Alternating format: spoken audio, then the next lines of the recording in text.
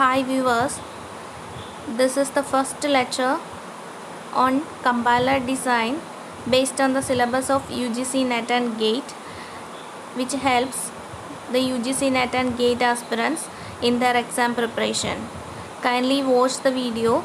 If you like it, please subscribe and don't forget to press the bell button. Let us begin with the basics of compiler. Before we discuss what is compiler, we must know why we need compilers. We know that the programmers develop source code in any of the computer languages. They know. Here, there is a problem. Will the computer understand the code written by the programmers? Computer can only understand the machine language, which is a low-level language. So we need a software to convert the written program or coded program into machine language. Compiler is one such software. Commonly, these converting softwares are called language translators. Assembler is another such language translator which converts the assembly language into machine language.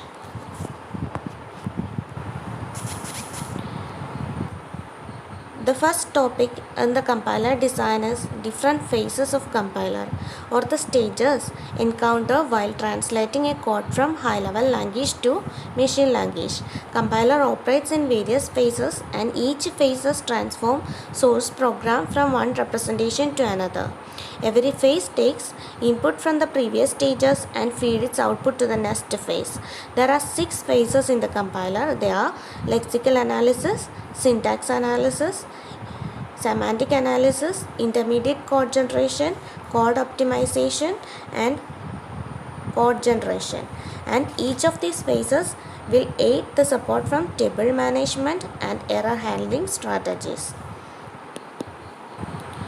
The first phase of the compiler is the lexical analysis and it is also called a scanning phase. The source program is scanned to read the stream of characters and these characters are grouped to form a sequence called a lexemes and produces a token as output. What is a token? It is a sequence of characters that represents a lexical unit which matches with patterns such as keywords, identifiers, etc. And what is lexeme? It is an instance of a token, that is the group of characters forming a token, and pattern is the rules that the lexemes of a token takes.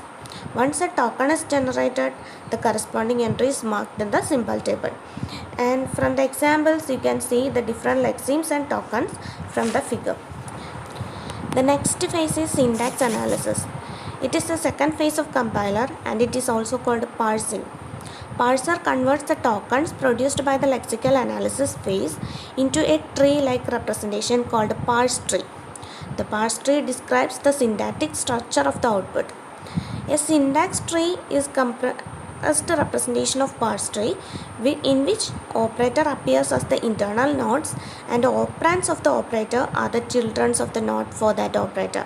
You can see from the figure the parse tree syntax tree representation of the example in lexical analysis phase.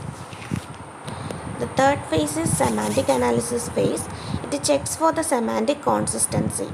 The type information is gathered and stored in the symbol table or the syntax tree. It performs the type checking. Next phase is intermediate code generation. It produces intermediate representation of the source program in any of the following forms: postfix notation, 3-address code and the syntax tree. Most commonly used form is 3-address code. The next phase of the compiler is code optimization. Code optimization phase gets its intermediate code as input and produces an optimized intermediate code as output. It results in faster running machine code. It is done by reducing the number of lines of code for a program. This phase reduces the redundant code and attempt to improve the intermediate code so that we get a faster running code. During the code optimization, results of the program is not affected. Next phase and the last phase is code generation. It produces target code or object code as result. The code generation involves allocation of register and memory, generation of correct references, generation of correct data types, etc. Symbol table. Symbol table is used to store all the information about the identifiers used in the program. It is a data structure containing a record for each identifier with the fields for the attributes of the identifier. It allows finding record for each identifier quickly and to store and retrieve data from that record. Whenever an identifier is detected in any phases of the compiler, it is stored in the symbol table. You can see the example of a symbol table from the figure. Error handling. An error handler is invoked when a flaw is detected in the source program. Each phase can encounter errors. After detecting an error, each phase must somehow deal with the error so that the compilation can proceed. Errors can be either lexical errors. It includes the incorrect or misspelled name of some identifier, or syntactic errors. It includes the missing semicolon, unbalanced parentheses, etc. Syntactic errors are handled by the syntax analyzer. When an error is detected, it must be handled by the parser. Parser must report the presence of errors clearly and accurately and recover from the errors quickly. Semantic errors. The errors occurs at a result of incomplete value assignment. These semantic errors are detected by the semantic analyzer and is expected to recognize type mismatch, undeclared variables, reserved identifier misuse, multiple declaration of variable in a scope, accessing out of scope variable, actual and formal parameter mismatches, etc.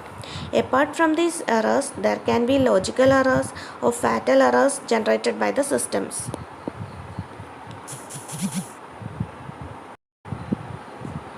That is all for the first topic of the compiler, that is the phases of compiler. If you like my video, kindly subscribe this channel and don't forget to press the bell button so that my further videos will reach out to you. Thank you.